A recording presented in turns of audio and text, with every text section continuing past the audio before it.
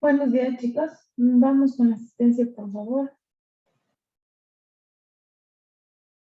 Karen Alarcón, Buenos días, Inge, presente. María Alarcón, Buenos días, Inge, presente. Erika Altamirano, Sergio Alvarado, Buenos días, Inge, presente. David Álvarez, Buen día, Inge, presente. Jefferson Ambuludi, Buenos días, Inge, presente. Ricardo Capiña, Presente, buenos días. José Valareso, Buen día, ingeniera presente. Jocelyn Valles, Buenos días, ingeniera presente. Doménica Bejarano, Buenos días, Inge, presente. Kiara Bravo, Buenos días, Inge, presente. Yesenia Cachote, Buenos días, Inge, presente. Víctor Caiza, Buenos días, Inge, presente. Denis Calvo Piña, Buenos días, Inge, presente. Joel Capito, Presente, Inge, buenos días. Guido Cardoso, Presente, Inge, buenos días. José Casco, Presente, Inge, buenos días. Dani Caspi, Presente, ingeniera, buenos días. Magali Cepeda, Presente, Inge, buenos días. Ángel Córdoba, Presente, Inge, buenos días. Edison Spin, Presente, Inge, buenos días. Andrés Estrada, Presente, ingeniera, buenos días. José Fierro, Buenos días, Inge, presente.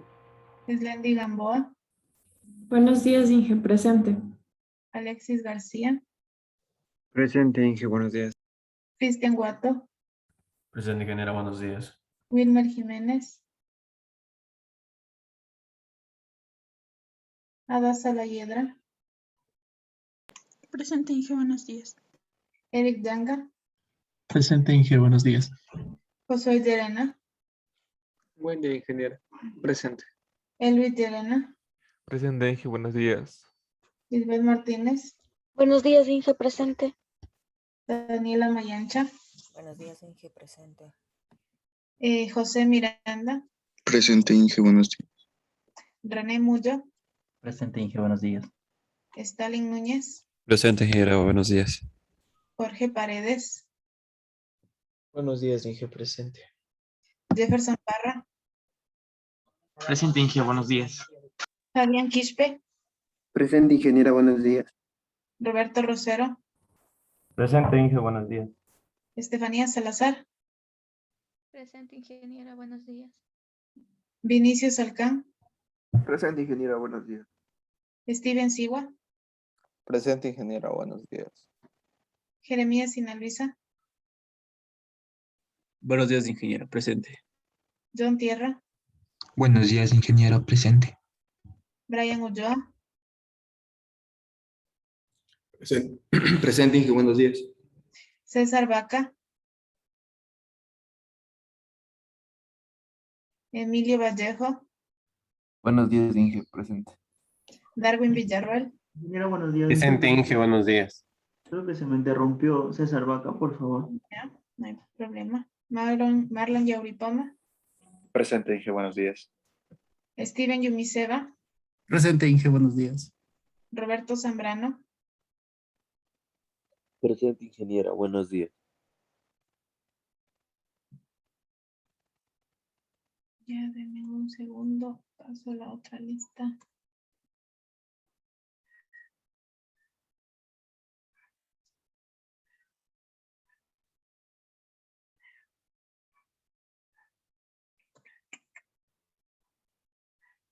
Aquí.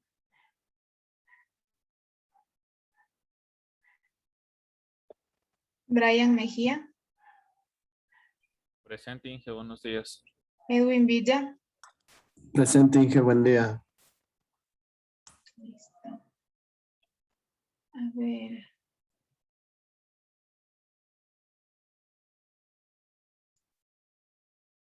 Acabo de ingresar a alguien que no estaba o sí, sí le nombré antes.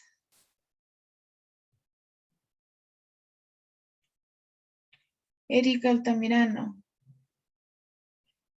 Presente ya. Y Fabián Kishper, que está tratando de ingresar.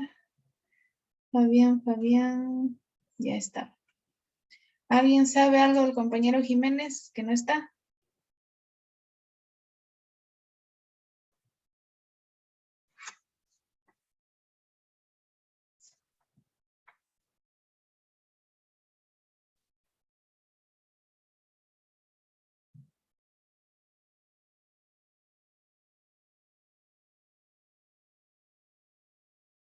Ok, bueno. Como saben, ¿no? El día de hoy tienen la evaluación teórica de la unidad número 2. Sí, recién puedo conectarme a internet, ya, no hay problema. Y si se fijan también en el aula virtual, la evaluación está para las 8:20. ¿Ya? Entonces esperemos que el compañero que falta pueda conectarse hasta las 8:20 para no tener inconveniente.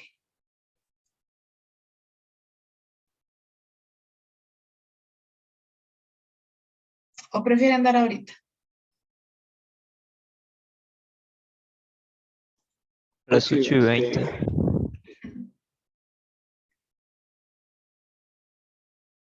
Entonces, como estaba la evaluación, a las 8:20 son 10 minutos, 9 preguntas, considerando que en algunas van a tener que escribir algo. Entonces, son 10 minutos para las 9 preguntas. Las demás son selección múltiple, como siempre. Esperamos que el compañero, dígame. Inge, ¿en las preguntas de escribir son en todo en minúscula o es con reglas gramaticales? No hay problema, como sea, porque yo lo reviso. Yo reviso pregunta por pregunta después. Es que luego por una le están en poner 0. Claro, pero yo lo reviso luego toda la evaluación. Yo reviso todas las preguntas. Entonces, si salía mal, aunque esté bien, yo les cambio el puntaje. Porque muchas veces, aunque pongan en minúscula mismo, el aula virtual no lo lee, porque aumentan un punto, aumentan un espacio. Entonces, no importa, es en minúsculas todo, ¿sí? Pero no importa si es que les sale mal, ustedes revisan después y verán que el puntaje, si estaba bien, el puntaje cambia. Ya no les sale puntúa como 0, les sale puntúa como 1, o con el puntaje que haya sido la pregunta. Si son 9 para 10, va a valer un poquito más de un punto. ¿Sí?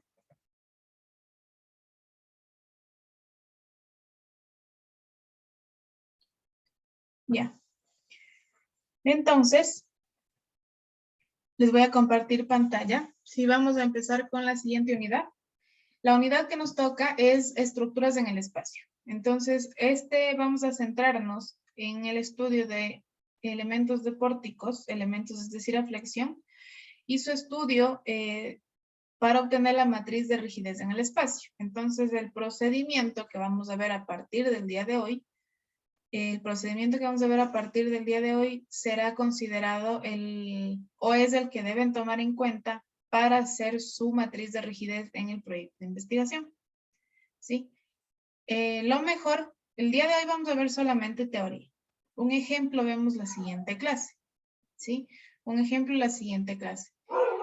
Pero no es nada más que nosotros tenemos un vector o tenemos un elemento en el espacio, ¿no es cierto? Entonces, este elemento tiene un eje longitudinal que es en dirección de un eje local, ¿no es cierto? Es decir, que sigue el eje longitudinal del elemento. Y obviamente la matriz que va a ser ensamblada, la matriz del elemento, tiene que ser en coordenadas globales. Entonces, esta matriz en coordenadas globales, ¿cómo la transformo de local a global? Simplemente con los ángulos que yo tengo desde X global hasta X local, desde Y global hasta Y local, desde Z global hasta Z local, ¿sí? Y bueno, obtenemos una matriz para cada uno de los nodos, para el nodo inicial y nodo final de cada elemento, y posteriormente a eso la ensamblamos, ¿sí? Por ejemplo, si yo tengo un elemento que tiene 2 vigas, una en el eje X y una paralela al eje Z, por ejemplo. Entonces algo así como en L, ¿no? Disculpe, Inge, ¿está compartiendo pantalla? No, todavía no. Ahí. Todavía no. digamos que es un elemento como en L, ¿no? Como que una viga se sale a la pantalla. Entonces tenemos dos elementos que están con un ángulo de 90 grados. Y entonces el uno se nota más en el espacio que el otro, a pesar de que el otro también está en el espacio. ¿Cómo sé que el otro también está en el espacio? Porque la inercia, no solamente vamos a considerar una inercia, sino consideraremos una inercia en Y y una inercia en Z de los elementos, ¿no es cierto? Porque ya estoy considerando la estructura en el espacio. Entonces, digamos que yo tengo un elemento, como les dije, uno en el paralelo al plano X y uno paralelo al plano Z, entonces tendremos tres nudos. Digamos que el nudo 2, el nudo intermedio, comparten, ¿no es cierto? Entonces el ensamblaje se tendrá que sumar las matrices en ese punto en el que se están uniendo los elementos. Entonces en los nodos de conexión es donde vamos a tener sumatoria de matrices, exactamente como lo teníamos en estructuras en el plano. Si un nudo se repite, ¿no es cierto? Una rigidez se repite, tengo que sumarla haciendo a través de la superposición, ¿ya? Entonces vamos a empezar a hablar de las estructuras en el espacio. Y ahorita sí les voy a compartir pantalla.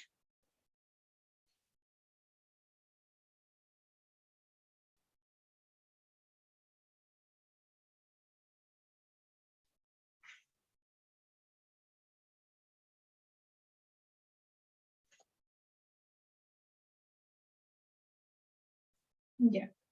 Entonces, al hablar de estructuras en el espacio, ¿cuál es la principal diferencia que teníamos con el último tema que vimos?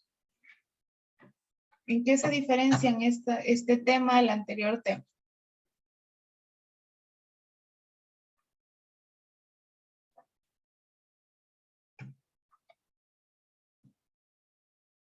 Lo más obvio, ¿no es cierto? ¿Cuál es la principal diferencia? Ocupamos de X, Y y Z. Que tenemos un eje adicional, correcto. Antes solo teníamos en el plano, entonces considerábamos que estaba en el eje XY y es decir, hacíamos un análisis en dos dimensiones, ¿no es cierto? Porque todas las estructuras estaban en el plano. Ahora, al momento de nosotros trabajar en el espacio, ¿sí? Vamos a encontrar de igual forma una matriz para cada elemento. Solo que esa matriz ahora ya es un poco más grande porque es una matriz en el espacio. Y esas matrices las vamos ensamblando según dónde estén conectados cada uno de los elementos. Déjenme solo ponerme alarma para las 8:15 para acordarme que tienen examen. O si no, les mando sin dar el examen.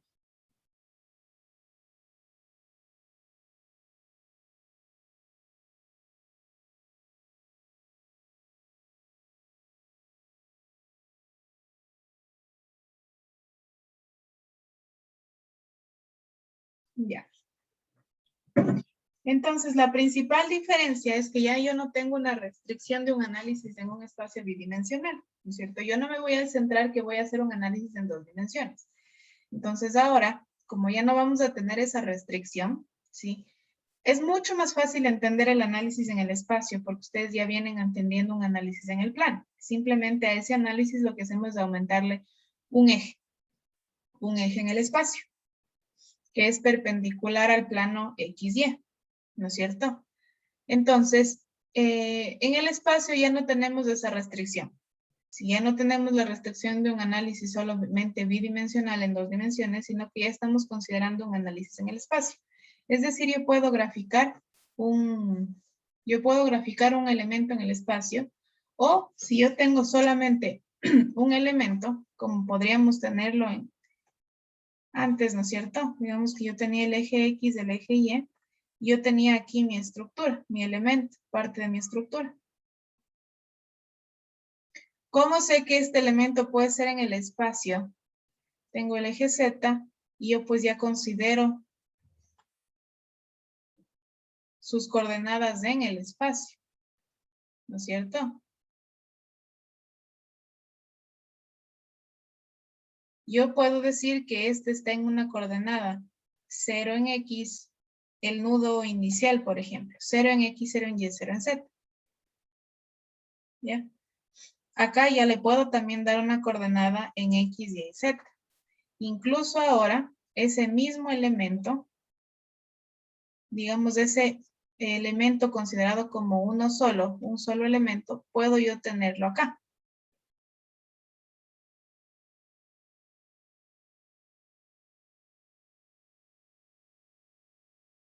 ¿No es cierto? Puedo yo tenerlo aquí. A este elemento. Entonces, obviamente, este nudo inicial y este nudo final ya tendrán coordenadas en el eje X y Z. No necesariamente tiene que estar apegado a un plano, como lo vemos aquí.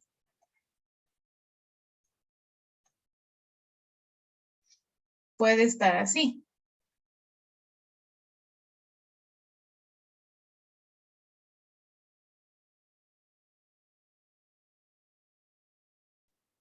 Entonces ahí yo tendré un ángulo con X, ¿no es cierto? Un ángulo con Y y un ángulo con Z. Dependiendo de dónde esté la ubicación del elemento, ¿no es cierto? Eso ya depende muchísimo. Aquí es mucho más importante, por ejemplo, la forma en que se lo grafica, porque dibujar en 3 dimensiones es un poquito más complicado. Pero todo elemento, de igual forma que antes, tiene su eje local, su eje global. El eje global siempre vamos a considerarlo como lo hemos visto, ¿no? El horizontal, vertical y en este caso Z saliendo de la pantalla. En el primer ejemplo voy a ponerles numeritos. El eje local coincide con el eje global porque el eje longitudinal yo lo puedo poner en ese mismo eje, ¿no es cierto? En esa misma dirección. En cambio aquí, el eje local, yo la tendría que ya dibujarlo de esta manera. ¿No es cierto?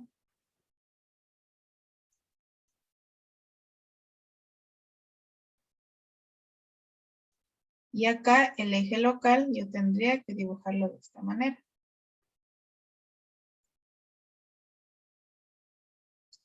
Este perpendicular, creo que se ve más perpendicular acá. ¿Ya? Entonces aquí yo puedo notar más claramente cuál es la diferencia del eje local con el eje global, porque el eje local siempre va a ser siguiendo el eje longitudinal del elemento, ¿ya? Ahora aquí también hay otra cosa importante que tratar de analizar. El eje Y que vemos graficado, ¿sí? ¿El eje Y está correcto en todos los gráficos que hice?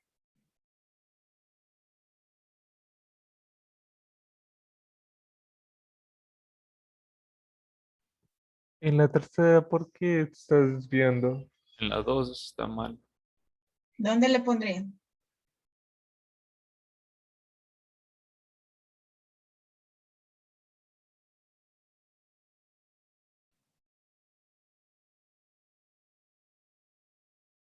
La X donde está la Z y la Z donde está la X. Ah, no. La X está mal. En la 2. Es que en La sí es X la no es- prolongación del mismo eje, pero en el sentido contrario. La prolongación del mismo eje, pero en el sentido contrario. Y en este caso yo estoy haciendo el eje Y en todos vertical. O sea, mi plano XY no es el plano, en planta, digamos. Ustedes están pensando X, y Z. ¿No es cierto? Que yo mantenga el plano X y Y como el de acá no tiene ningún problema. Ya. A lo que yo me refiero es, por ejemplo, yo tengo un elemento. Voy a borrar esto. Yo tengo un elemento.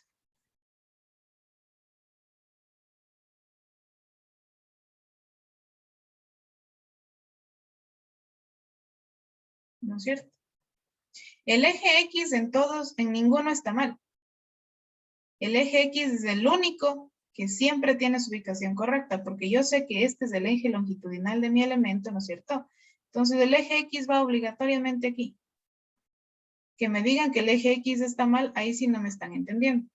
Porque el eje X siempre debe estar de manera local, siguiendo el eje longitudinal del elemento. ¿Ya? Ahora, yo puedo poner el eje Y hacia acá, en el plano. Puedo poner el eje Y acá. Puedo poner el eje Y acá. ¿Sí? Y en función de eso, pongo el tercer eje de manera perpendicular a este plano. ¿Sí? ¿Por qué puedo poner el eje Y en diferentes partes?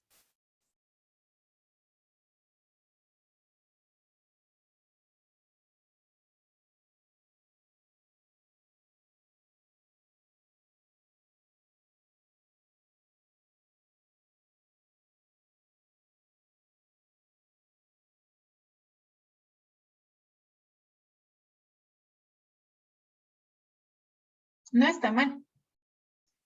Incluso yo puedo tener el eje Y acá.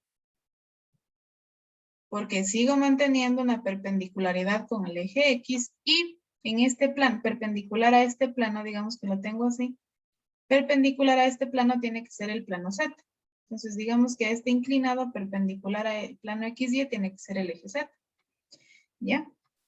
Entonces no está mal. A lo que me refiero es que hay una cantidad infinita de posiciones en la que podemos poner el eje XY. Porque si yo roto en función del eje Z al elemento, en función del eje X, perdón, del elemento, ¿en cuántas posiciones o en cuántas nuevas posiciones yo puedo ponerle el eje Y y al eje Z?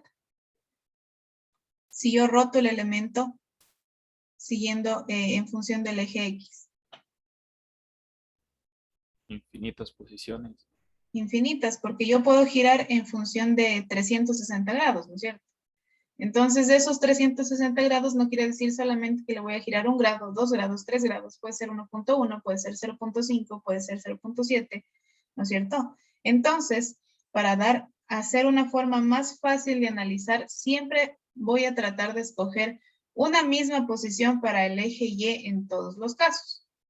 Y por eso es que me ven dibujando siempre el eje Y para arriba. ¿Ya? No quiere decir que siempre lo tengan que hacer así. Como se dan cuenta, tenemos una cantidad infinita de posiciones en la que se puede graficar. ¿Ya? Pero todo va a ser en función de cómo grafico yo el eje global. El eje global, ¿sí?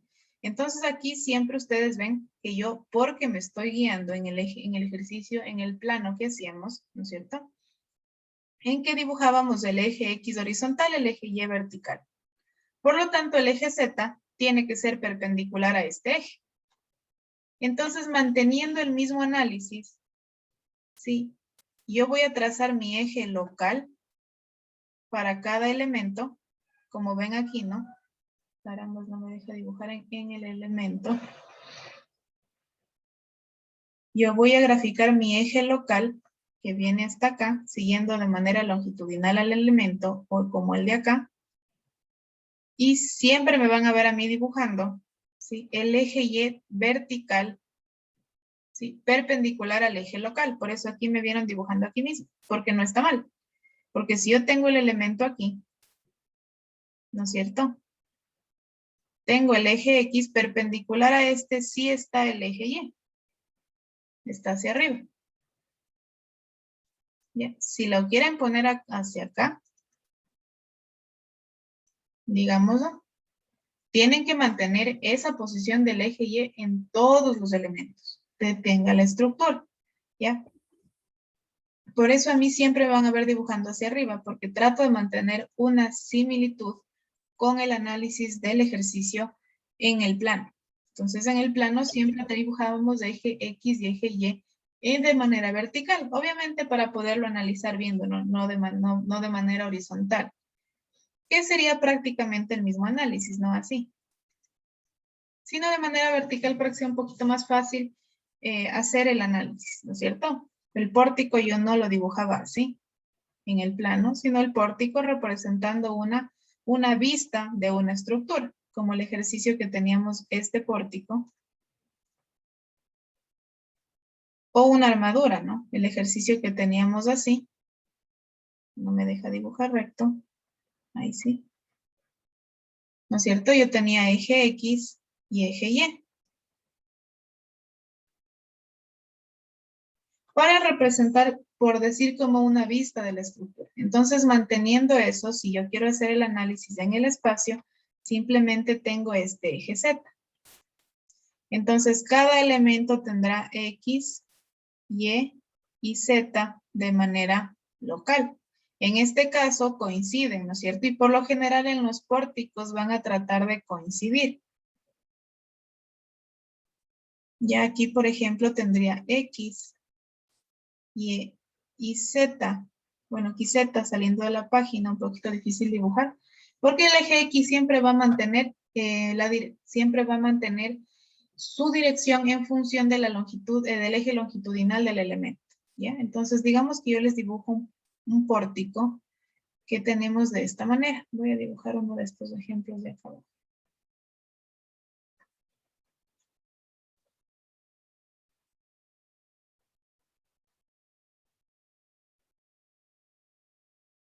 Digamos que yo les dibujo un pórtico de esta manera. Este es horizontal. Me quiere dejar dibujar horizontal bonito. Este es a 90 grados. Y esto es una columna.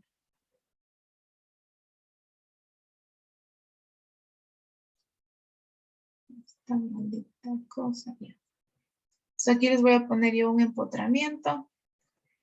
Y tratar de que salga un poquito mejor porque esta tablita no me deja dibujar bien. Acá.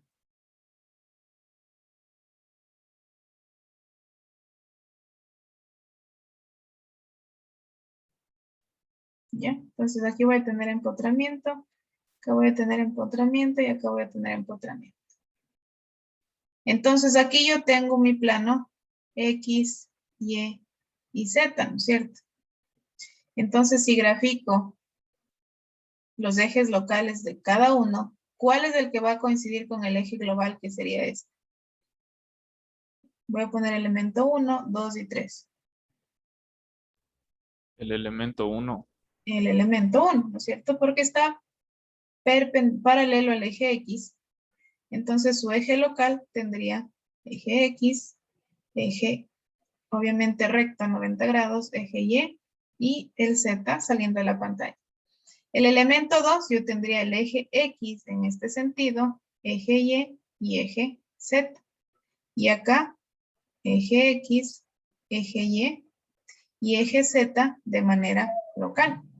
Entonces, por eso a mí siempre me van a ver dibujando el eje X, el eje Y a 90 grados hacia arriba del eje X, para mantener esto de manera global.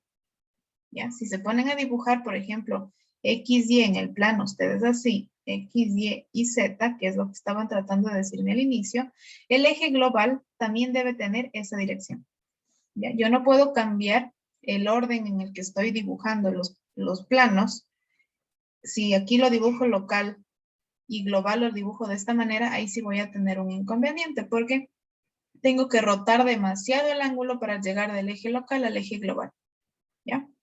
Entonces solamente en eso fijaros. Por eso, y como el eje Y no es que esté mal, ¿no es cierto? El eje Y, si yo roto en función del eje X mi elemento, el eje Y y Z pueden estar ubicados en una cantidad infinita de posiciones. Entonces por eso la recomendación es siempre tratar de mantener una sola posición. Como ven aquí, yo dibujo siempre hacia arriba. Siempre a 90 grados del eje X, el eje Y. Y paralelo a ese plano, perpendicular a ese plano, el eje Z. ¿Sí? Entonces ahí tenemos los tres ejes que ahora tenemos que analizar porque ya no tenemos la restricción en el espacio bidimensional, sino estamos haciendo el análisis en el espacio tridimensional. ¿Sí? Es decir, ya no quiero analizar mi elemento en 2 dimensiones, sino en 3 dimensiones. ¿Por qué? Porque obviamente todas las estructuras que tenemos que podemos ver, sus casas, puentes peatonales, calles, todo tenemos en el espacio, ¿no es cierto? No hay ninguna estructura que sea construida en el plano. ¿Ya? Pueden decirme alguna fachada, pero la fachada tiene un grosor.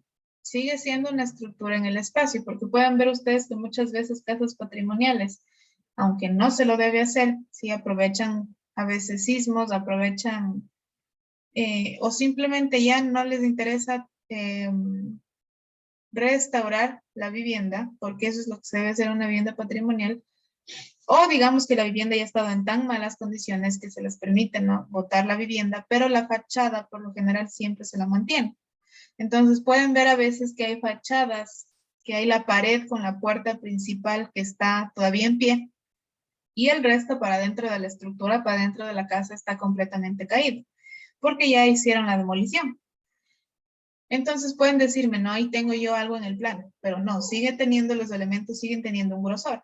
Entonces sigue siendo un análisis en el espacio.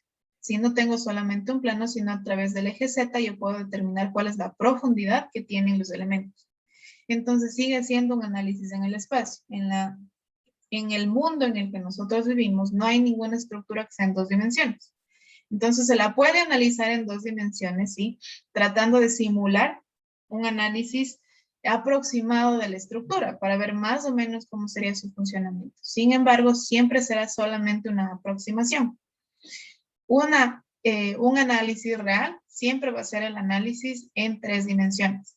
Por eso cuando ustedes modelan en SAP, cuando se modela en ETABS, CIPECAD, cualquier programa, pueden decirme Robot, Revit, cualquier programa, siempre se van a dibujar, ustedes van a ingresar en la sección transversal de cada elemento y la longitud. Entonces siempre, aunque ustedes no lo vean, al momento que ustedes tratan de graficar en SAP una viga, SAP a veces, como es un análisis por elementos finitos, ¿no es cierto? Entonces yo voy a poner un punto A y un punto B. O sea, yo le digo, este es el eje A, y este es el eje B, le digo en SAP. Y este es el eje 1, no quiero más, solo quiero analizar una viga. Ustedes seleccionan este punto y enseguida ven que se hace una línea. Entonces la línea representa la viga. Pueden pensar que es en el plano, pero no. SAP automáticamente dibuja 3 ejes locales. El eje X, Y y Z, 1, 2 y 3, como por lo general está representado en SAP. Si vemos los ejes locales. Entonces automáticamente los programas ya buscan los 3 ejes en el espacio para hacer el análisis de la estructura. ¿Sí? ¿Alguna pregunta hasta ahí?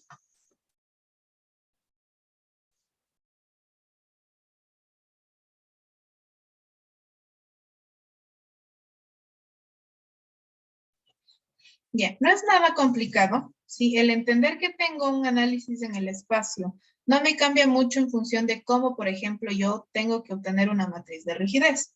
Porque la matriz de rigidez en el plano ya la teníamos para vigas. Simplemente se va a aumentar algunos grados de libertad por la aparición del ejercicio en el plano. Ahora, nosotros en el plano, en un elemento a flexión, ¿cuántos grados de libertad teníamos por cada elemento? 6. 6, ¿no es cierto? 3 en el nodo inicial, 3 en el nodo final. Ahora, si yo tengo un eje adicional, ¿cuántos grados de libertad creen que tengo por cada 8. 8? ¿Cuáles nomás?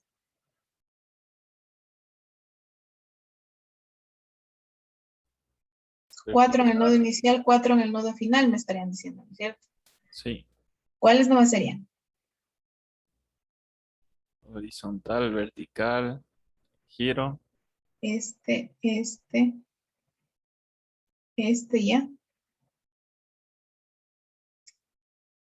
Y ¿qué valor de Z? ¿Y en Z qué tengo?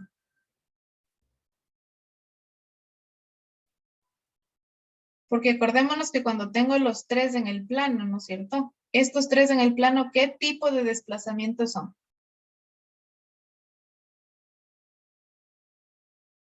¿Qué tipo de movimiento generan en la estructura?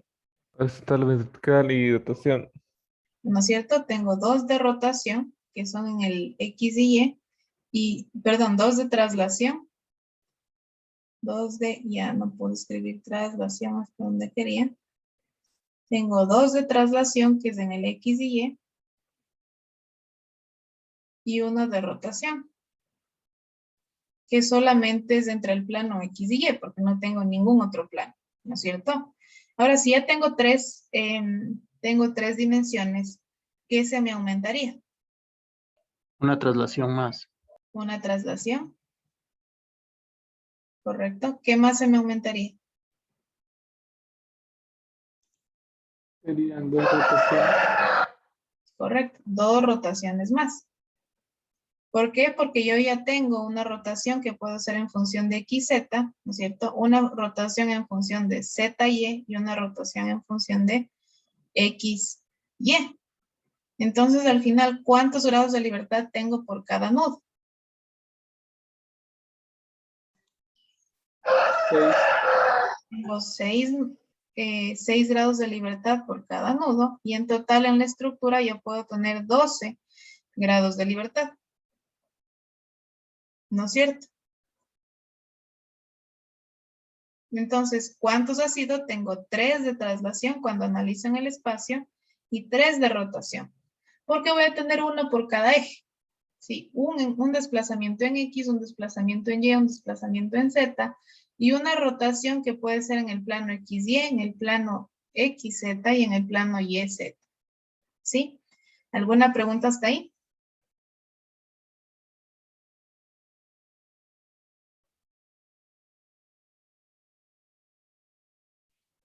Ya, ahora no es necesario siempre que ustedes lo representen en función de las flechas que vieron que les puse, no es simplemente para entender la cantidad de rotaciones que vamos a tener.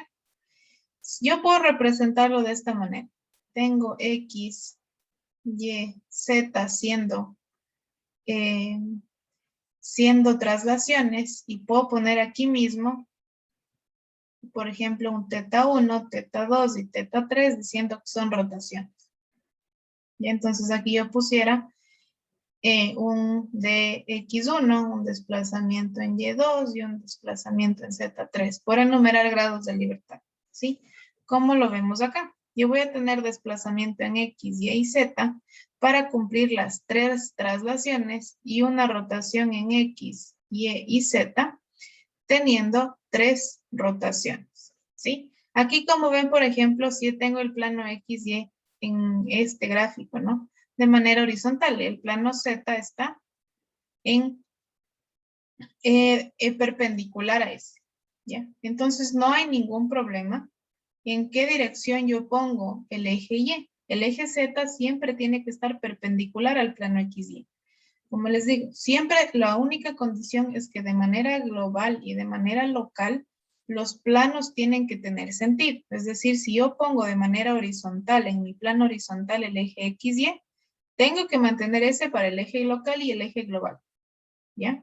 Si pongo vertical en el uno y horizontal en el otro, ahí sí estoy analizando de una forma no tan correcta, porque a pesar de que yo tengo la libertad de poner el eje Y local en cualquier posición, porque tengo esa libertad, ¿sí? Vamos a tener un poquito de que analizar algo adicional por tener los planos en diferente sentido, ¿sí? Por tener los planos en diferente sentido. Entonces, siempre la recomendación es que se mantengan, ¿no? Si tengo X y horizontal, el plano horizontal para el eje global, en el eje local mantengo lo mismo, ¿ya? Y bueno, entonces aquí tengo la principal diferencia, ¿no es cierto? En el espacio bidimensional teníamos 3 vectores de desplazamiento, 2 de traslación y 1 de rotación en cada nodo, sino en total en cada nodo. Y en el espacio tridimensional, lo que cambia es que son 6 vectores de desplazamiento en cada nodo. ¿Sí? Es decir, en total yo tengo 12 movimientos en mi estructura, ¿ya? Por ejemplo, cuando nosotros analizamos en el espacio bidimensional, como sé que tengo 3 vectores de desplazamiento por cada nudo, digamos que estoy analizando esta viga. Tengo nodo 1 y tengo nodo 2. Entonces, si yo quiero sacar la matriz de rigidez de esta viga, ¿esta matriz de qué orden es n por n? En el plano 2D, en un espacio bidimensional. 6 por 6. 6 por 6, ¿no es cierto? Porque tengo 6 grados de libertad en total. Ahora, si quiero hacer el mismo análisis, pero diciendo que el elemento ahora es analizado en 3D, tengo el nodo 1 inicial, tengo el nodo 2, considerando que tengo 6 vectores de desplazamiento por cada nodo, ¿de cuánto creen que sería la matriz de rigidez K? 12 por 12. 12. 12 por 12, correcto. ¿Sí? Entonces, simplemente la matriz aumenta de tamaño, ¿ya? De ahí la manera de pensar cuántos grados de libertad tengo, cómo formulo la matriz es exactamente igual. Sí, obviamente aquí yo, por ejemplo, en un vector de fuerzas, ya digamos que este nodo 1 es el nodo A. para que puedan guiarse con letras. Vector de fuerzas, yo tenía fuerza A en X, fuerza A en Y la fuerza de la rotación que viene a ser un momento, ¿no es cierto? Teta A, que viene a ser un momento. Voy a ponerle momento en A. Y lo mismo en B. FBX, FBY y el momento en B, porque tiene relación con la rotación.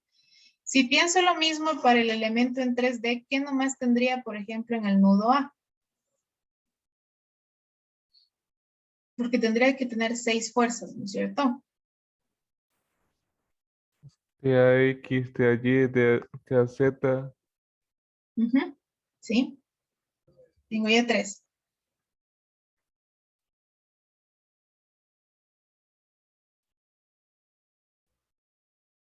De ahí, en este caso, ya no MBX. tendría un momento. Aquí tengo FAX, FAY, FAZ. Tengo un momento A en X, un momento A en y un momento A en Z. Entonces, por eso tengo 3 traslaciones, tengo 3 rotaciones, entonces tengo que tener 3 fuerzas, 3 fuerzas lineales y 3 momentos, ¿sí? Entonces, así yo tengo en el nudo 2, en el nudo B, otras 6 fuerzas, 3 fuerzas lineales, 3 momentos que me dan las 12 fuerzas que tendría el vector para que tenga sentido, tenga relación con la matriz de 12 por 12, ¿sí? ¿Alguna pregunta hasta ahí?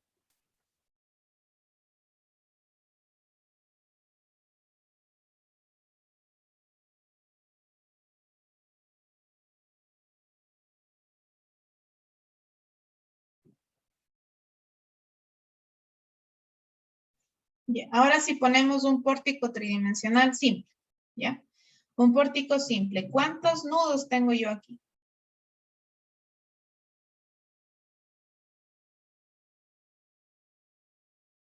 8. 8, ¿no es cierto? Yo pongo 1, 2, ahorita solo estoy enumerando por enumerar. ¿Ya? 5, 6, 7 y 8. ¿Cuántos grados de libertad posibles tengo en toda la estructura?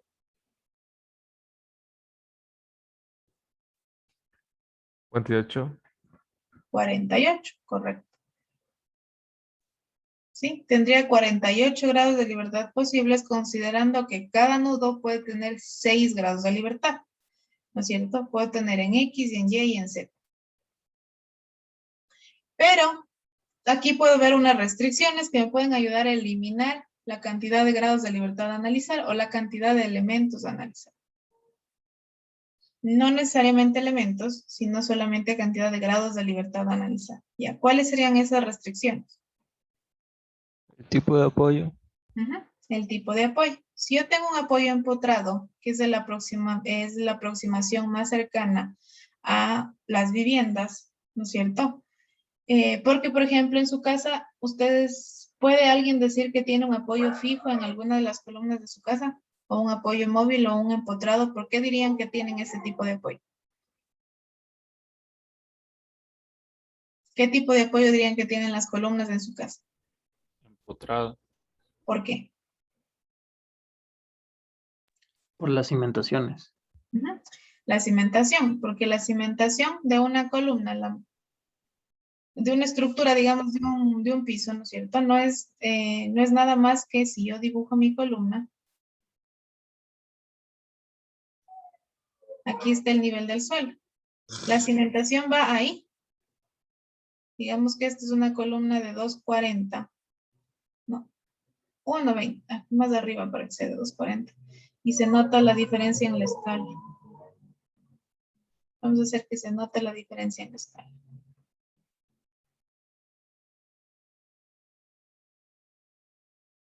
Y digamos que esta es una columna de 240, una típica dimensión de un entrepiso, y tengo aquí mi cimiento de 0.40, ¿ya? Por 1, digamos. Y aquí está el piso. Así es la cimentación.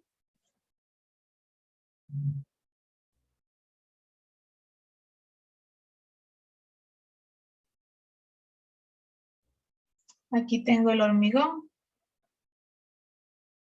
que ha sido fundido para que funcione de la cimentación y también el hormigón de la columna. ¿Así está bien? ¿Tienen alguna idea? Sí estaría bien, pero más profundo.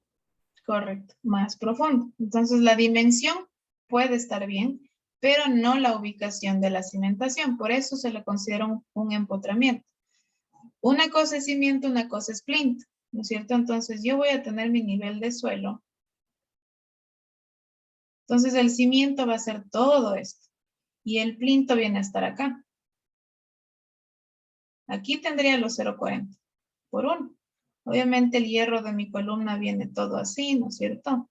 Aquí tengo mi parrilla, aquí tengo acero longitudinal, aquí tengo relleno de material. Sí, esto es hormigón. Pero esto ya es material de relleno. Acá tengo un poquito también de replantillo. ¿Ya? Pero entonces aquí veo yo, ¿por qué es un empotramiento? Porque tengo un poquito de profundidad en la cimentación que tenemos. ¿En qué tipo de estructura ustedes, porque si hay apoyo fijo en una estructura que tenemos en la vida diaria? O sea, que nosotros podemos ver, que podemos, no necesariamente vemos todos los días, pero podemos conocer qué tipo de estructura tiene un apoyo fijo. Puentes. Los puentes, correcto. Cuando ustedes pasan un puente, bueno, siempre va a tener su cimentación a nivel de la montaña, digamos que estoy pasando una montaña. Aquí voy a tener la cimentación del puente, ¿no es cierto? Ya dependiendo de la forma que fue necesario hacer. Pero ustedes aquí pueden ver una línea de conexión y a veces cuando pasa el carro sienten como que aquí hay algún topecito o algo. Esto que ustedes sienten aquí, o a veces si se bajan del carro, hay a veces que, o pasan caminando un puente, pueden ver esa unión. Ese es un apoyo fijo. Eso se lo representa como un apoyo fijo, por eso un puente se lo modela como un elemento simplemente apoyado. ¿Sí? Entonces, no quiere decir que yo no tengo apoyos fijos, apoyos móviles en la vida diaria, en la vida real, sí hay, pero cuando hablo de una casa, por ejemplo, ahí lo que tenemos es un apoyo siempre empotrado. Cuando hablo de un edificio de 50 pisos,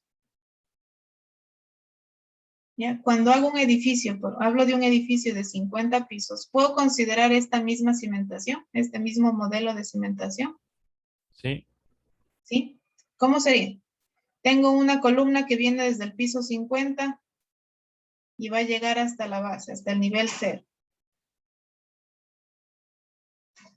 Entonces, para esta columna de 50, hago esto. No. Acá estaría relleno, ¿no es cierto? Y acá estaría mi plinth. Entonces, si no hago esto, ¿qué haría? Sería de acuerdo, el plinto de acuerdo a la columna. Ya. Ahora, si yo hice para una columna de 240, un plinto de, bueno, 0.40 está mucho, 0.30 por 1, ¿cuánto creen que sería para una de 50 metros? Más o menos así al azar. Haciendo relación un poquito.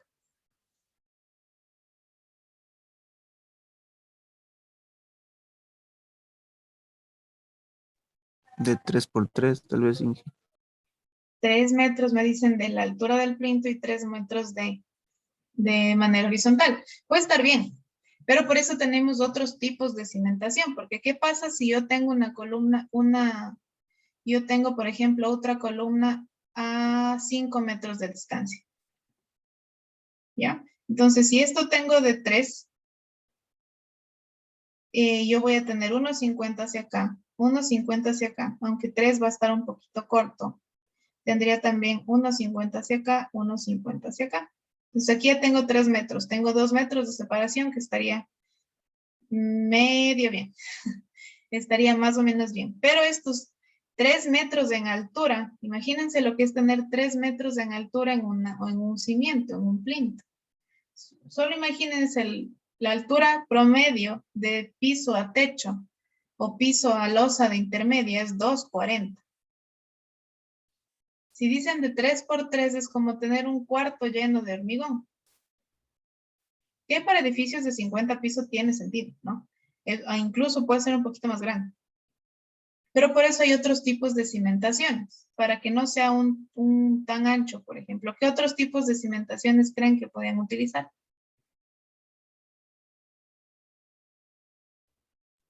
Zapata corrida, Inge. Corrida, bueno, corrida se utiliza cuando tenemos la columna muy cerca. Tengo una columna, Combinada, Inge. la otra a 4 1 metro. columnas. ¿Perdón? Si me dijeron Columnas, me parece que es. Combinada, Inge. combinada. Bueno, cuando tengo edificios mucho más altos, ¿sí? Tener una zapata normal es un poquito caro hacerlo, por decirlo así. Por eso tenemos también plintos. No, plintos, perdón, tengo pilotes. Sí, que son simplemente según la necesidad de soporte, porque por ejemplo, para un edificio de 50 pisos, yo necesito llegar a la parte más profunda del suelo hasta ver que yo tengo algo que me pueda ayudar que evite el levantamiento del edificio. Entonces yo tengo que tener algunos cimientos que funcionen en tensión, otros que funcionen en compresión para que haya un balance y un equilibrio en la estructura. Entonces los pilotes son estas estructuras grandes y no de mucho diámetro, pero es largas en profundidad. Por ejemplo, para edificios de 80 pisos, esta profundidad tiende a llegar hasta los 60 metros de profundidad hasta tratar de encontrar el suelo lo suficientemente fuerte que me dé la capacidad de soportar todo el peso que está viniendo de la estructura. ¿Ya? Otra tenemos losas de cimentación, que aquí se acerca un poco más a lo que me decían antes, ¿no? Una zapata corrida es más o menos una losa de cimentación, pero la losa cubre toda la base. Entonces, digamos que yo tengo este edificio de 4 columnas. Entonces, la losa de cimentación viene en todo esto. ¿Sí? Y para un edificio de 50 pisos, una losa de cimentación, digamos 40 pisos, viene a ser más o menos de 2 metros de altura. Entonces, imagínense 2 metros de altura, digamos por unos 10 metros de longitud. En cada lado, 2 columnas, 10 metros más que suficiente, hasta de más, 10 metros, pero en 40 pisos. Entonces, tengo una mola de cimentación, pero eso es lo que asemeja al empotramiento. Eso, el utilizar los diferentes tipos de cimentaciones depende mucho del tipo de suelo que se está teniendo. Por ejemplo, el Taj Mahal, ese tiene una losa de cimentación. ¿Por qué? Porque está en una parte muy húmeda. Tiene agua alrededor, ¿no es cierto? En esa zona, por eso se construyó la losa de cimentación, para que haya mayor soporte para toda la edificación. En cambio, edificios altos, como por El Burj ejemplo, Khalifa. correcto, ese también tiene una losa de cimentación. Edificios altos como el London Bridge, no es cuenta. Edificios altos como el Shard, que es el edificio más alto de Europa, ese tiene pilotes como de 60 metros de profundidad, hasta llegar a una zona de arcillosa que tiene la mayor resistencia que le puede dar el suelo a la estructura, porque como veo yo tengo el pilote y aquí está ya en contacto, ¿no es cierto?, con el suelo aquí y está en contacto con el suelo acá a los lados. Entonces, capacidad de soporte le da todo lo que esté soportando la parte de abajo y todo lo que esté teniendo fricción en la parte lateral. Entonces, por eso, mientras más profundo, mayor fricción va a tener, mayor resistencia va a tener. ¿Ya? Entonces, por eso es que siempre asemejamos al analizar un edificio, una casa, una vivienda, un apoyo empotrado en las bases, ¿ya? Por el tipo de estructura, por el tipo de cimentación que le queremos dar, para evitar que exista algún movimiento desde el suelo, ¿no? Si el suelo es muy húmedo y no ha habido una correcta, o hay un tipo de suelo X y para el tipo de estructura, por ejemplo, es un suelo muy blando y no ha habido un correcto mejoramiento de suelo, pueden pasar cosas como la Torre de Pisa, que se empieza a virar, ¿no es cierto?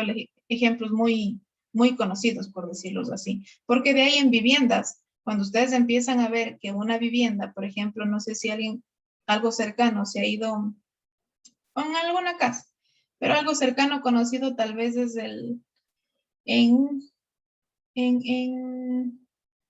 ¿dónde es esto que hay las huellas de los dinosaurios supuestamente? En Punín, el museo, bueno, por ahí.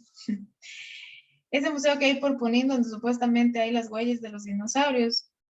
Ustedes pueden ver que es un museo grande, pero si se fijan en las paredes, ¿qué es lo que puede pasar en casas normales? Ustedes pueden ver que hay algo aquí así, como que se empieza a cuartear. Eso pasa cuando hay asentamientos. Entonces, por eso siempre hay que tratar de ver antes de construir si el suelo necesita algún mejoramiento. Le cambio tierra, le pongo piedras, ¿sí? Le pongo piedras un poquito pequeñas, le trato de mejorar el suelo para que evitar los asentamientos que pueda tener la estructura, ¿ya? Por eso les digo, no evita que haya algún asentamiento, el tener un apoyo empotrado, porque eso ya depende mucho del tipo de suelo que tiene el sector. Entonces, si es necesario, se tiene que hacer un mejoramiento de suelo. El tener una cimentación no evita, un tipo de cimentación no evita que haya o no un asentamiento, ¿ya? Entonces, ya entendemos por qué nosotros simulamos siempre un apoyo fijo al analizar una vivienda, al analizar una casa, ¿ya? Ahora, si yo tengo estos apoyos fijos en estos 4 ejes, ¿qué puedo decir de los desplazamientos y fuerzas en estos 4 ejes en la base?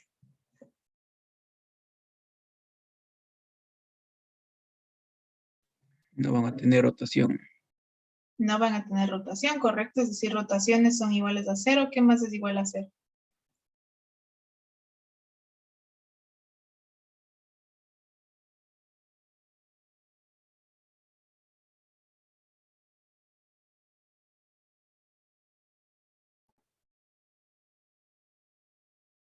Esto ya analizamos. ¿Se acuerdan cuando analizamos la viga así?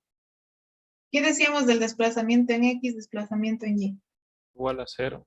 Igual a 0. Entonces, todos los desplazamientos van a ser igual a 0. Sí, todos los desplazamientos van a ser igual a 0. UX, UY, UZ, todos los desplazamientos son igual a 0.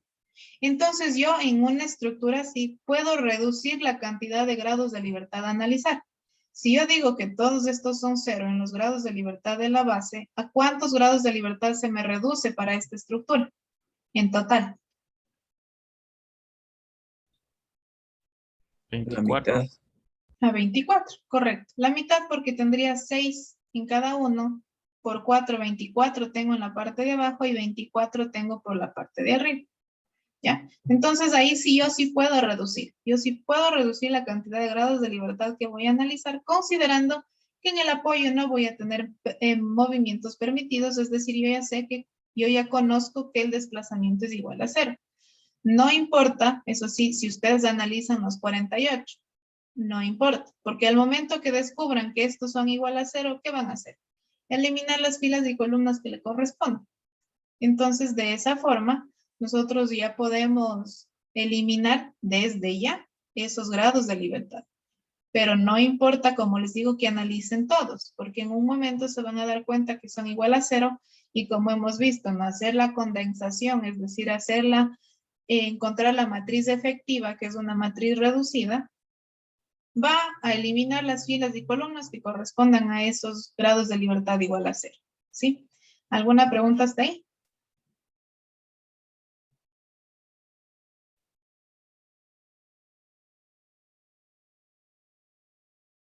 Ya. Entonces, tenemos 48 vectores de desplazamiento posibles, como ya me dijeron ustedes, pero si yo analizo por el tipo de cimentación, por el tipo de apoyo que tengo, la base restringida, que tengo en todos un apoyo fijo, tendría 24 grados de libertad para analizar en total. ¿Ya? Ya. Ahora, esta es la ecuación. Esta es la matriz para encontrar la matriz de rigidez en el espacio bidimensional que nosotros conocíamos, ¿no es cierto? Esta es la ecuación que ustedes ya tienen hecho en Excel, todo, ¿no es cierto? Entonces, tranquilamente, ¿sí? Si yo quiero analizar en el espacio tridimensional, ¿creen que esta matriz es suficiente para ese análisis tridimensional? No, todavía. ¿Qué me faltaría? ¿O por qué no es suficiente?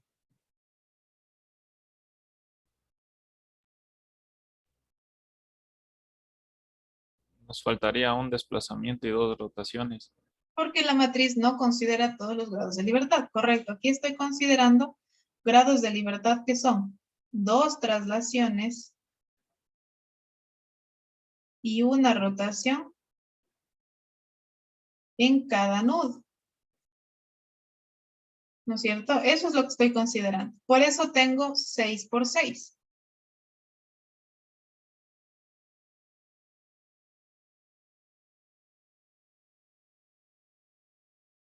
¿Sí? Tengo 6 por 6. Entonces, no es suficiente para el espacio tridimensional porque por obvias razones no es una matriz que se analizó en el plano, un plano 2D. Ahora aquí es importante darnos cuenta, ¿no? Que como yo les decía, si yo analizo las fuerzas en el orden de los grados de libertad, 1, 2, 3, 4, 5 y 6, y el vector de desplazamientos también está considerando el mismo orden de los grados de libertad, la matriz está bien. Pero si yo analizo en un diferente orden, tanto fuerzas como desplazamientos, no quiere decir que la matriz va a estar mal los valores que he encontrado. Simplemente tengo que reubicarlos. Digamos que esta matriz tiene, ¿no es cierto? Fuerza 1, fuerza 2, momento, que sería la fuerza 3. Tendría fuerza 4, fuerza 5 y el momento, que sería la fuerza 6, ¿no es cierto? Que estaría analizando. Porque aquí tengo en X, en Y rotación, en X y en Y rotación. ¿Ya? Entonces, digamos que esta matriz yo no la analicé así, pero analicé el momento, que es la fuerza 3, luego la fuerza 4, luego la fuerza 5, luego el momento, que es la fuerza 6, luego fuerza 1 y luego fuerza 2. ¿Ya? De igual forma los desplazamientos. Entonces, aquí yo estaba considerando grado de libertad 1, 2, 3, 4, 5 y 6. Aquí estaría considerando grado de libertad 3, 4, 5 y 6. 1 y 2 en el orden que estaría analizando. ¿No es cierto? Pero, por ejemplo, ustedes ya encontraron así. Encontraron del 1 al 6, pero que están analizando del 3 al 6 y luego 1 y 2. Simplemente le reubico a la matriz. ¿Cómo sería el primer valor de mi matriz? El valor K11, que sería con la fuerza, con el grado de libertad 3 y el desplazamiento del grado de libertad 3.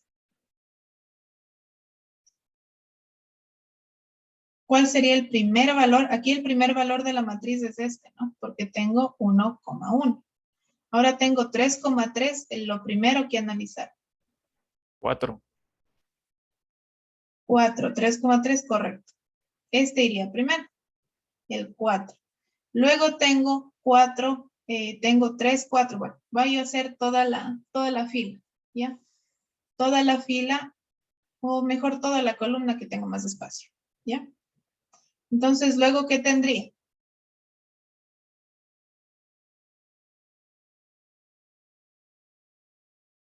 Debajo del 4.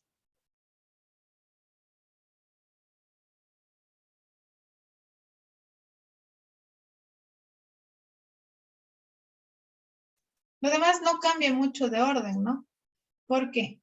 Porque si se dan cuenta, tengo 3, 4, 5 y 6. Después de esto que tengo 3, 4, 5 y 6. 3, 4, 5 y 6. ¿No es cierto? Entonces, después del 4 que tengo, 6 seno sobre L. Luego que tengo menos 6 coseno sobre L. Luego que tengo 2. Y luego tengo 1 y 2. Entonces, menos 6 sobre L seno y 6 sobre L coseno.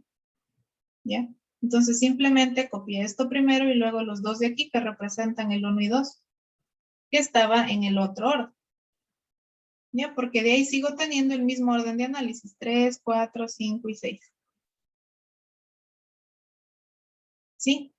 Entonces, si yo estoy analizando un orden diferente, ¿sí? Yo puedo incluso, antes de calcular, modificar mi matriz. Porque simplemente tengo que saber qué valores son los que estoy analizando.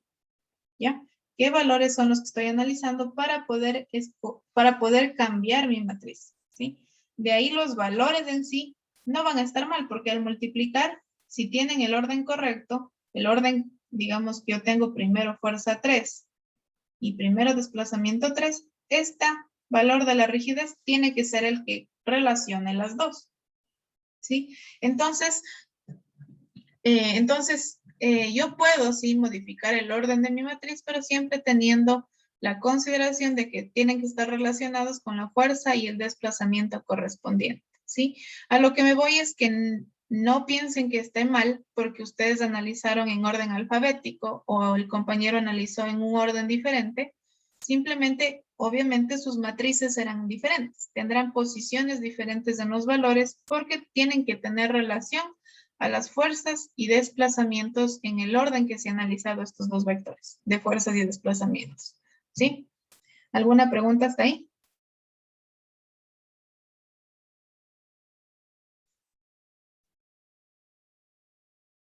Ya. Y obviamente, como me dijeron, esta matriz no es suficiente para el espacio tridimensional, ¿no es cierto? Porque me falta considerar una traslación y dos rotaciones, que viene a ser por la creación del eje Z, porque aparece el eje Z en el análisis. Entonces, si yo quiero obtener la matriz, se hace el mismo análisis. ¿Se acuerdan que nosotros tomamos una viga horizontal?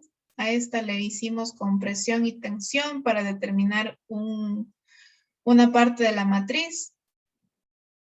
Luego vimos que si se desplazaba así o si tenía una rotación, lo mismo ahora va a pasar también en el eje Z. Es decir, yo puedo ver si se desplaza así, yo puedo ver si tiene una rotación así en el nudo inicial y obviamente también en el nudo final. Y entonces es simplemente hacer el mismo análisis ahora, pero considerando el eje Z también. Eso ya les voy a dejar en su tiempo. Y al hacer ese análisis, la matriz que obtenemos, considerando que 12 vectores de fuerzas generalizadas en total y 12 vectores de desplazamientos generalizados. Porque como ya me dijeron, ¿no? La matriz era 12 por 12. Es decir, tendré un vector de fuerzas de 12 por 1, la matriz K de 12 por 12, multiplicado por un vector de desplazamientos de 12 por 1. ¿Ya? ¿Cuáles son estas 12 fuerzas? Fuerza en X, fuerza en Y, fuerza en Z, momento en X, momento en Y, momento en Z. Tanto para el nudo inicial como para el nudo final, que ya lo vimos, ¿no?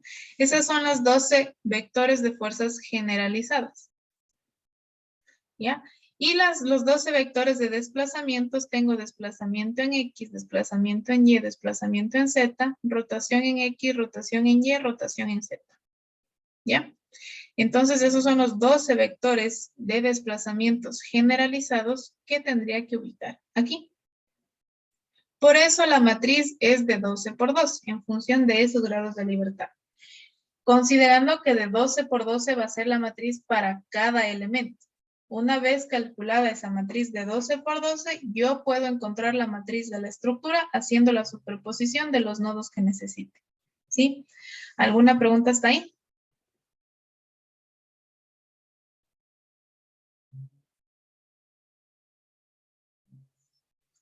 Ya, al hacer el análisis, ¿no? Aquí tengo los 12 vectores de fuerzas generalizadas, ya son 8/4, que tengo fuerzas en el nudo inicial, momentos en el nudo inicial, fuerzas en el nudo final, momentos en el nudo final.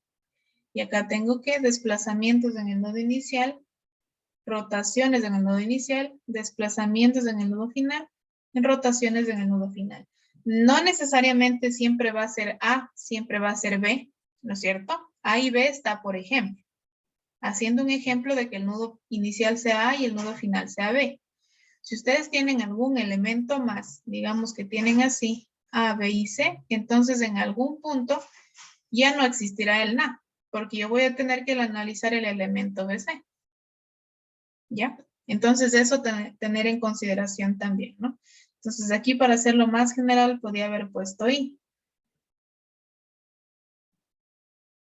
porque todo esto corresponde al nudo final, y J en lugar de B, porque todo eso corresponde al nudo final.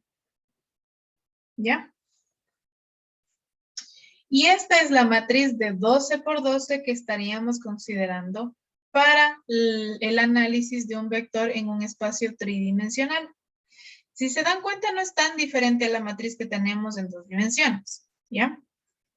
Porque tenemos que, por ejemplo, ¿no? Obviamente sí hay diferencias. Tengo área, tengo módulo de elasticidad, tengo inercia, tenemos longitudes, coseno y seno que se van. Obviamente esta es la matriz global, ¿no? Aquí tengo la matriz en el espacio. Perdón, tengo la matriz local. Si se acuerdan, la matriz local también la teníamos primero así, luego teníamos que hacer utilizar la matriz de transformación y transformar a coordenadas globales, ¿ya? Pero para hacer más fácil, ¿sí? Siempre voy a calcular la matriz, local del elemento, ¿sí? Y al final, cuando ya vaya a hacer el ensamblaje, voy a utilizar la transformación para tener mi matriz, global. ¿Por qué les digo que yo puedo utilizar esta matriz? ¿Sí? Porque el momento de, por ejemplo, yo tengo el elemento así, que les mostraba, ¿no? Entonces, este eje, este elemento 1 coincide, ¿no es cierto? Para el elemento 2 no coinciden con el eje global, X, Y, Z, pero yo sí puedo determinar cuál es el ángulo que yo tengo que gira desde X, que gira desde Y, que gira desde Z para tener esta dirección. ¿Ya? Entonces, en estos elementos en los que no coincide con el eje local y global, a estos les transformo yo la matriz. A al de acá, por ejemplo, hago la transformación de coordenadas con la matriz de transformación. Y como ya tengo transformado, al final solo hago la superposición, ¿ya? Entonces, siempre lo más fácil es utilizar esta matriz, que no tiene seno, no tiene cosenos, por los elementos horizontales que son muy típicos tener en pórticos, ¿sí? Y solamente transformar para los elementos en que sí tenga un ángulo de X a Y, en que sí tenga un ángulo de Y a Z y sí tenga un ángulo de X a Z, ¿ya? ¿Qué tengo que fijar? Por ejemplo, yo tengo nudo inicial 6 grados de libertad, nudo final 6. Entonces voy a contar aquí. 2, 3, 4, 5, 6, 7, 8, 9, 10, 11 y 12. Tengo esto, termino esto y les habilito el examen. 1, 2, 3, 4, 5, 6, 7, 8, 9, 10, 11 y 12. Entonces los 6 primeros corresponden, esto corresponde al nudo inicial, esto corresponde al nudo final, esto corresponde al análisis de IJ y JI. Entonces, por ejemplo, digamos que yo tengo un elemento con nodo 1 y nodo 2. Entonces, aquí yo voy a tener, por ejemplo, K11. Toda esta sería K11, por decirlo así en una matriz general, ¿no? Aquí yo tendría K12. Obviamente dentro de esta K12 tenemos 12 valores. Acá K21 y acá 22. Al momento de hacer el ensamblaje nos vamos a guiar en eso, ¿sí? Porque toda esta matriz me represente K11. Porque yo estoy analizando el elemento, el nudo 1. Obviamente el otro extremo va a ser el de acá. Por eso tengo K22, diciendo que se fija simplemente en el extremo. Y la combinación de los dos, pues tengo las otras dos que analizar, ¿ya?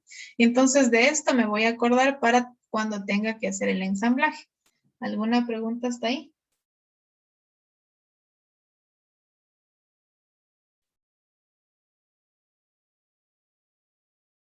Ya, entonces hasta la fórmula nos vamos a quedar. La próxima clase vamos a ver la conversión de unidades y ya vemos un ejemplo para calcular la matriz de rigidez. Y con eso ustedes ya están más que preparados para hacer sus ejercicios del proyecto de investigación. Lo que les recomiendo es que, por ejemplo, ya vayan haciendo una hoja de Excel con esta fórmula, ¿ya? Vayan haciendo una hoja de Excel con esta fórmula porque, no les digo MATLAB, porque como tenemos que ir sumando matrices grandes, ¿sí? Puede que a veces se confundan, el programa se les cuelgue un poco y se les va a hacer mucho más fácil hacerlo en Excel, ¿ya? En Excel vamos a hacer el ejemplo y ustedes, bueno, tendrán que hacer según su proyecto de investigación, ¿ya? ¿Alguna pregunta hasta ahí?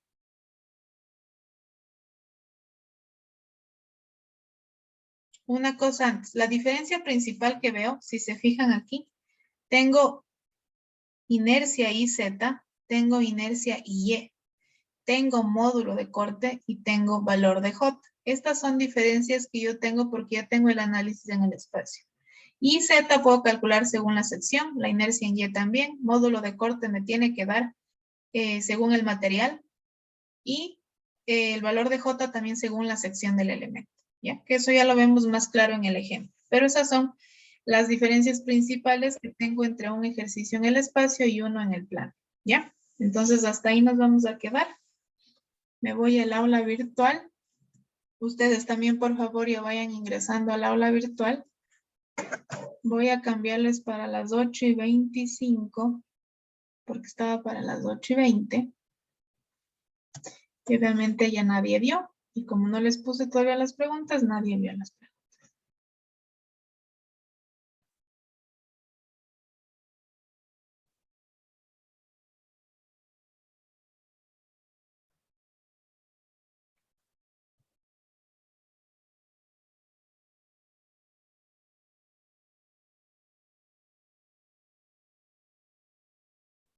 Está obviamente en la unidad número 2, en el componente docente, justo donde teníamos las pruebas del parcial, ¿ya?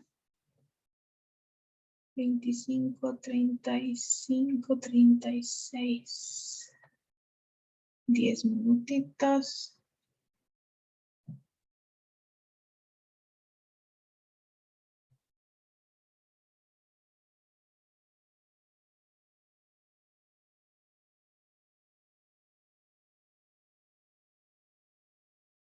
Las de escribir son respuestas cortas, ¿no? No traten de explicar demasiado, solo escríbanlo lo conciso, rápido, no es nada que ustedes tengan que explicar en 3 líneas, 10 líneas, no será a lo mucho 6 palabras, a lo mucho. Ya considerando que escriben artículos, si es que alguien escribe artículos, el, a, los, las, a eso me refiero.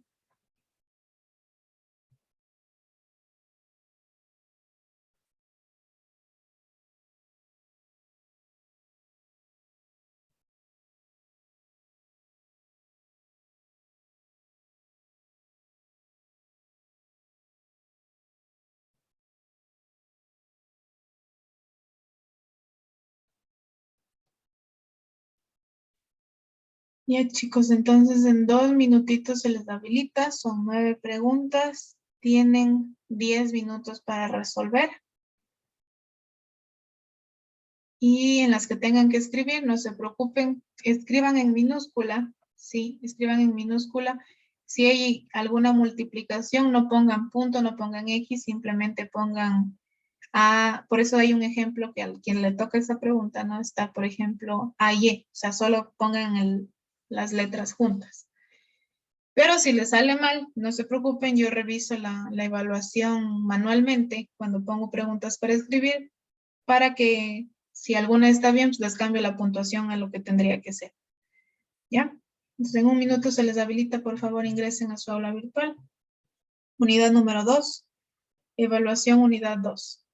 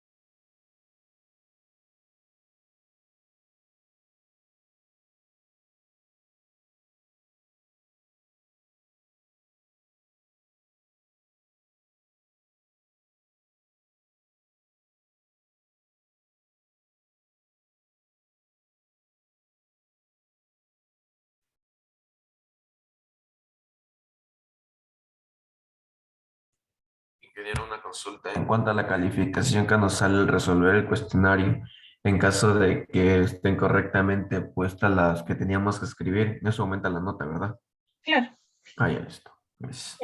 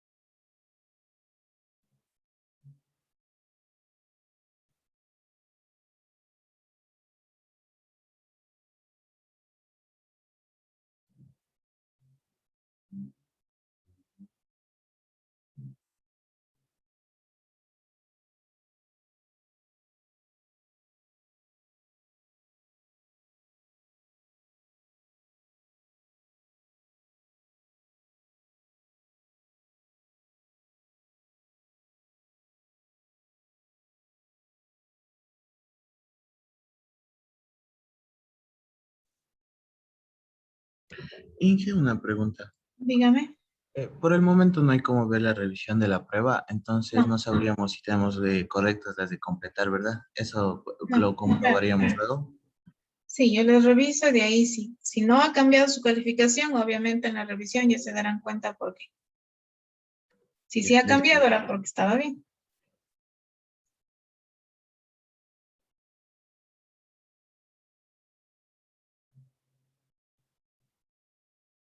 Listo, chicos. Entonces continuamos la siguiente clase.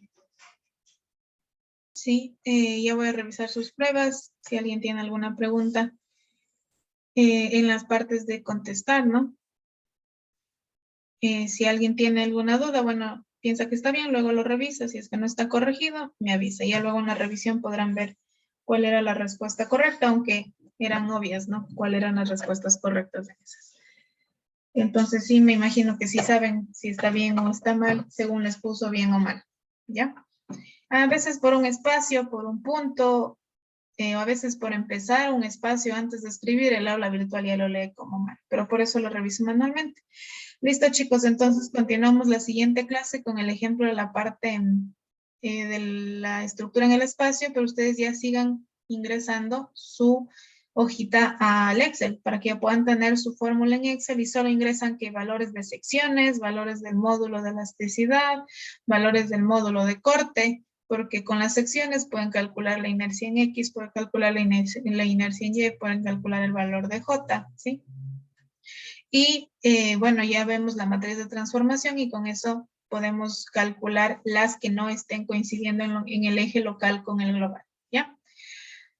Hasta aquí nos quedamos, chicos, por el día de hoy. Continuamos la siguiente clase, ¿sí? Hasta luego con todos.